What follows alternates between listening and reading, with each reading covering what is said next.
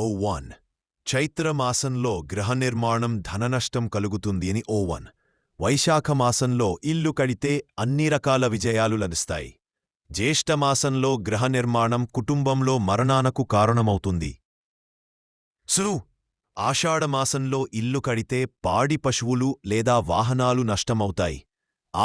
శ్రావణమాసంలో గృహనిర్మాణం భుక్తికి కలిగించే శక్తి వస్తుంది, అంటే 10 మందికి భోజనం పెట్టే అవకాశం ఆ కట్టేవారికి వస్తుందట.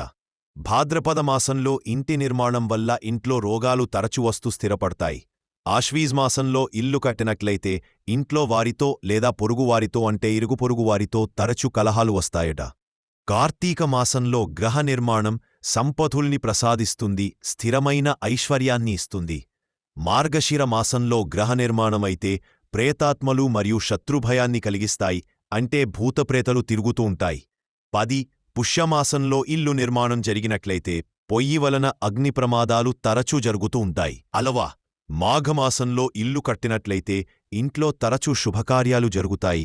అలాగే ఆఖరగా 12 పాల్గొనమాసంలో గ్రహనిర్మాణం జరిగితే ఆభరణాల బంగారం అదృశ్యం అయిపోతాయి.